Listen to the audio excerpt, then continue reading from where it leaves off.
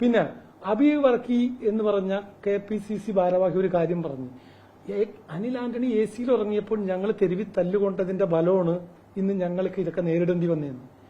ഇതേ വരാം എന്നെ കുഴപ്പക്കാരെന്ന് പറയല്ലാണ്ട് അനിൽ ആന്റണി തെറ്റുകാരനെന്ന് പറയാൻ ഒരു കോൺഗ്രസ് നേതാവും തയ്യാറാവില്ല. കാരണം എന്താണ്?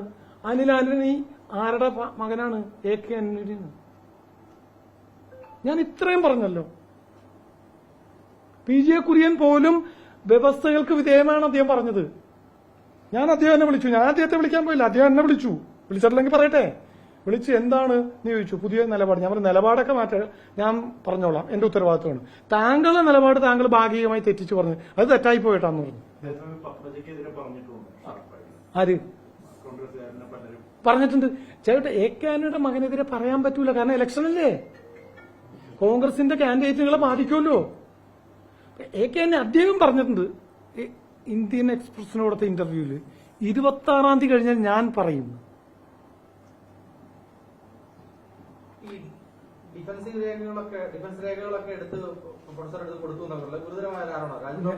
എങ്ങനെ രാജ്യദ്രോഹ കുറ്റം തന്നെ ഒന്ന് പറഞ്ഞു തന്നെ. ഒരു ഫോട്ടോ സ്റ്റാറ്റ് എടുത്ത് ഒരാളെ കാണിച്ചു കൊടുത്ത രാജ്യദ്രോഹ കുറ്റമാണ്. ഈ രാജ്യത്ത് ഒന്നും നിങ്ങളിപ്പോ എടുത്തത് ഫോട്ടോ മൊബൈലിലല്ലേ? എല്ലാം കോൺഫിഡൻഷ്യൽ ആണോ? എല്ലാ രേഖകളും കോൺഫിഡൻഷ്യൽ ഒന്നും മാർക്ക് ചെയ്തിട്ടില്ലല്ലോ. പ്രതിരോധം ഞാൻ പറഞ്ഞ ഡിഫൻസ് രേഖകൾ എന്ന് പറഞ്ഞോളൂ, അതിന്റെ കാറ്റഗറൈസ് ചെയ്ത് ഞാൻ പറഞ്ഞിട്ടില്ല.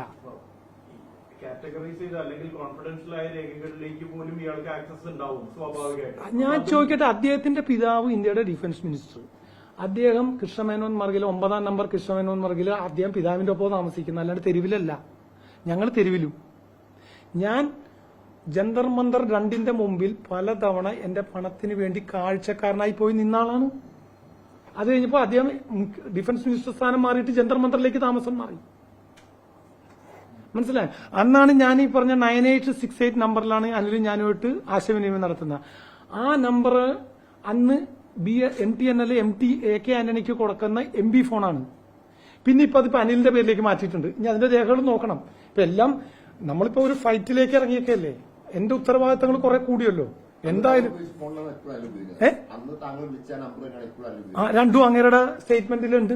98682 ഡിക്ലറേഷനിൽ കൊടുത്തിട്ടുണ്ട്.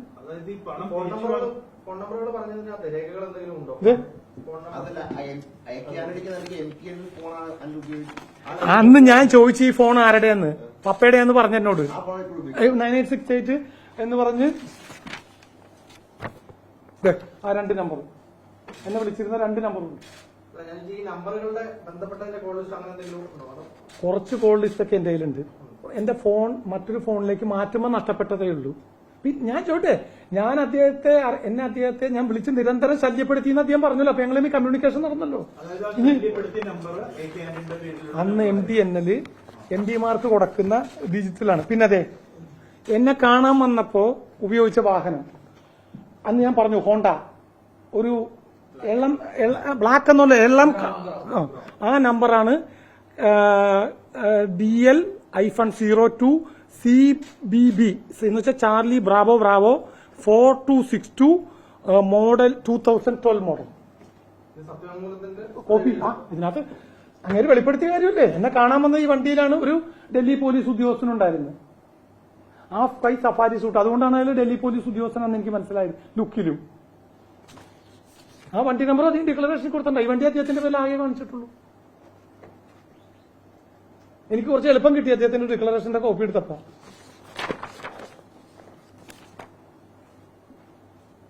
ഇനി ഒന്നുമില്ല, അവസാനിപ്പിക്കാമല്ലോ.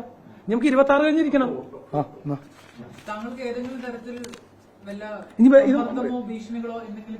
സഹോദര, സമ്മർദ്ദമോ ഭീഷണിയൊന്നും നോക്കിയിട്ടല്ല നമ്മൾ ജീവിക്കണം. ചിലപ്പോ സമ്മർദ്ദം വരും, ഭീഷണി വരും, പുറകെ കൂടി തല്ല് വരും. ഇതെല്ലാം വരട്ടെ. ജീവിച്ചിരിക്കാൻ ഭാഗ്യം മരിച്ചു. അത് ചോദിക്കണ്ട, വരട്ടെ. നിങ്ങൾ അങ്ങനെ മൊത്തം എല്ലാം തന്നേക്കാം, പിടിച്ചോ.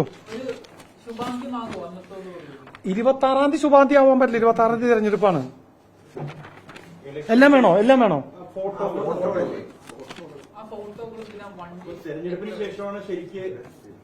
ഓരോന്ന് മതിയല്ല.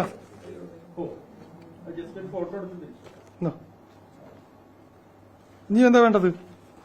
ഇനി അവസാനം ചോദിച്ചു കഴിഞ്ഞാൽ ഞാൻ സ്ഥലം വിടുകയാണ്, വേറെ സ്ഥലം വരെ പോണേണ്. ഡൽഹി തന്നെ നടത്താനാണ് നിങ്ങൾ പറയണത്. നമുക്ക് ഇവിടെ തന്നെ നടത്തിക്കളെ. Okay okay sorry. പീച്ചെ അവര് നിർത്താൻ പറയാണ്. സമയം കഴിഞ്ഞെന്നാ പറയണത്. അങ്ങനെ കുറച്ചു നേരമായിട്ട് കൈപൊക്കാണ്. ഇനി മറ്റേ ഇതിന്റെ വേണോ, ഡിക്ലറേഷൻ വേണോ? CBIയുടെ കത്തെടുത്താ ആ വക്കീലിന്റെ പേര് ഞാൻ മറച്ചു വെച്ച്. അങ്ങേരെ അപമാനിക്കണ്ടെന്ന് ഓർത്ത്. ഞാൻ അങ്ങേർക്ക് ഞാൻ അപമാനം കഴിഞ്ഞ അങ്ങേര് വേറെ കേസ് കൊടുക്കണ്ടെന്ന് ഓർത്ത്.